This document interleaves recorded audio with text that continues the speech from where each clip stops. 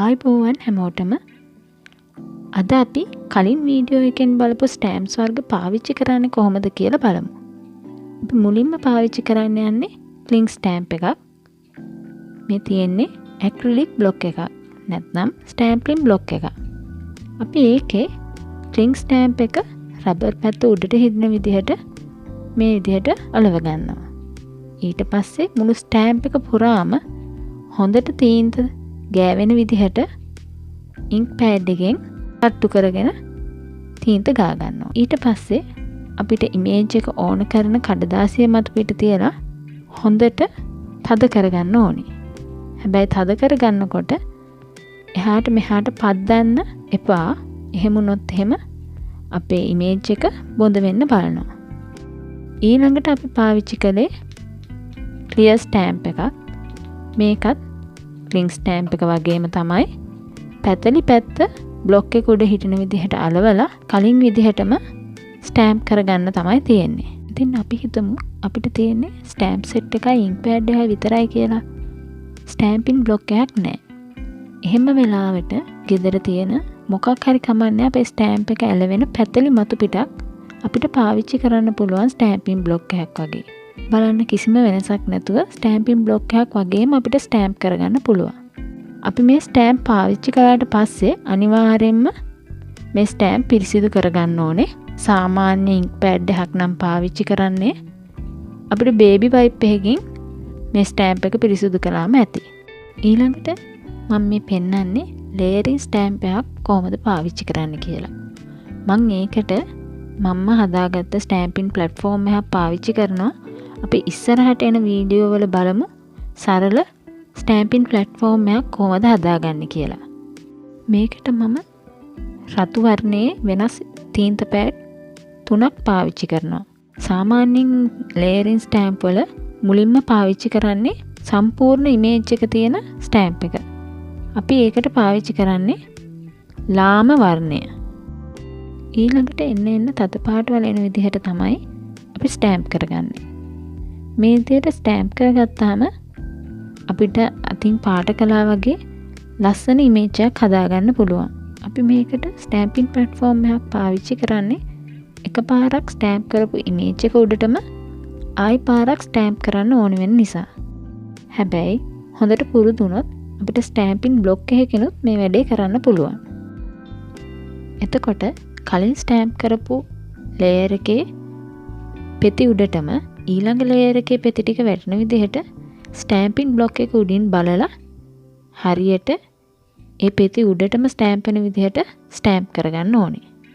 මේ බලන්න ඔක්කොම ලේයර්ස් ටික ස්ටෑම්ප් වුණාම ලස්සන මලක් අපිට ලැබෙනවා. ඊළඟට මම පාවිච්චි කරන්නේ බෑග්ග්‍රවුන්ඩ් ස්ටෑම්ප් එක. බෑග්ග්‍රවුන්ඩ් ස්ටෑම්ප් විතරක් නෙමෙයි සාමාන්‍යයෙන් ලොකු ඕනම ස්ටෑම්ප් එකක් මේ ක්‍රමයට අපිට පාවිච්චි කරන්න පුළුවන්. මම මේක මුලින්ම මගේ ක්ලාස් මැට් එක උඩ අලවගත්තා. ඔයගොල්ලන්ට ක්ලාස් මැට් එකක් නැත්නම් ස්ටෑම්ප් එක අලවලා එන ෂීට් එකේ තියාගෙනම අපිට මේ වැඩේ කරන්න පුළුවන්. හොඳට ස්ටෑම්ප් එක පුරාම තීන්ත අපි ගා ගන්න ඕනේ. මොකද එක තැනක් හරි ගෑවුනේ නැත්නම් අපිට ආපහු ඒ කොලේම ස්ටෑම්ප් කරගන්න විදිහක් නැහැ මේ ක්‍රමයට. ඊට පස්සේ අපි ස්ටෑම්ප් කරගන්න කඩදාසිය ස්ටෑම්ප් එක උඩ තියලා වෙන කොලයක් ඒ උඩින් තියලා තීන්ත ටික ඔක්කොම අපේ කොලයට එනකන් හොඳට අතගා ගන්න ඕනේ. මේ තියෙන්නේ එහෙම ස්ටෑම්ප් කරගත්ත අපේ ඉමේජ් එක.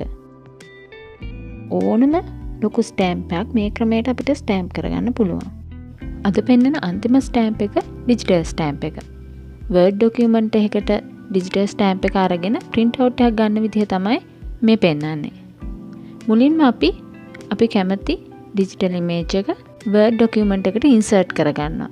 insert picture ගිහින් picture එක තියෙන තැනින් තෝරගෙන Word document එකට දාගන්නවා. ඊට පස්සේ අපි කැමති විදිහට height එක width එක වෙනස් කරන්න පුළුවන්. හැබැයි මේ දෙක වෙන වෙනම වෙනස් කරනකොට පේනවා ඔයගලන්ට මේ ඉමේජ් එකේ දිග පළල වෙන වෙනම තමයි වෙනස් වෙන්නේ. එතකොට මහත වෙනස් වෙනවා, උස වෙනස් වෙනවා. එහෙම තමයි වෙනස් වෙන්නේ. සම්පූර්ණ පින්තූරයේ වශයෙන් වෙනස් වෙන්නේ නැහැ. ඒකට අපි මෙතන lock accept ratio කියන එක ක්ලික් කරාම පින්තූරයේ දිග පළල සමානුපාතිකව තමයි වෙනස් වෙන්නේ. ඉතින් print out එකක් ගන්නකොට පුළුවන් තරම් පේජ් එකකට පින්තූර ගොඩක් වැටෙන විදිහට ගත්තාම අපිට යන වියදම අඩුයි. ඉතින් ඒක නිසා පුළුවන් තරම් මාජින් එක අඩු කරලා එක A4 එකකට පින්තූර ගොඩක් දාගන්න බලන්න. මතක් කරලා page setup වලට ගිහිල්ලා page size එක A4 දෙන්න. මොකද අපි බොහෝ විට A4 size කොලයක තමයි print out එක ගන්නෙ. එහෙම නැතුව වෙන කොලයක් select වෙලා තිබුණොත් එහෙම අපේ පින්තූරයේ අපි දීපු උස පළලටම අපිට print out එක ගන්න හම්බෙන්නේ නැහැ. අනිවාර්යයෙන්ම print දෙනකොටත් එතනිනුත් page size එක A4 select කරන්න. අනිත් කාරණාව තමයි අපි මේ print out බොහෝ විට ගන්නේ පාට කරන්න බලාගෙන. ඉතින් අපිට පාට කරන්න නම් ටිකක් ඝනකම බෝඩ් එකක තමයි මේ print out එක ගන්න ඕනේ. ඒ කියන්නේ GSM වගේ වැඩි බෝඩ් එකක. හැම printer එකකම තියෙනවා print out ගන්න පුළුවන් බෝඩ් එකේ උපරිම GSM වගේ. ඒක ගැනත් පොඩ්ඩක් සැලකිලිමත් වෙලා print out ගන්න. බොහොම ස්තුතියි අද දවසේ වීඩියෝ එකත් එක්ක රැඳී හිටියට. ඊළඟ වීඩියෝ එකෙන් ආයෙත් හමු වෙමු. එතකල් මොනවා හරි ප්‍රශ්න තියෙනවා නම් මට කමෙන්ට් එකක් දාන්න. ආයුබෝවන්.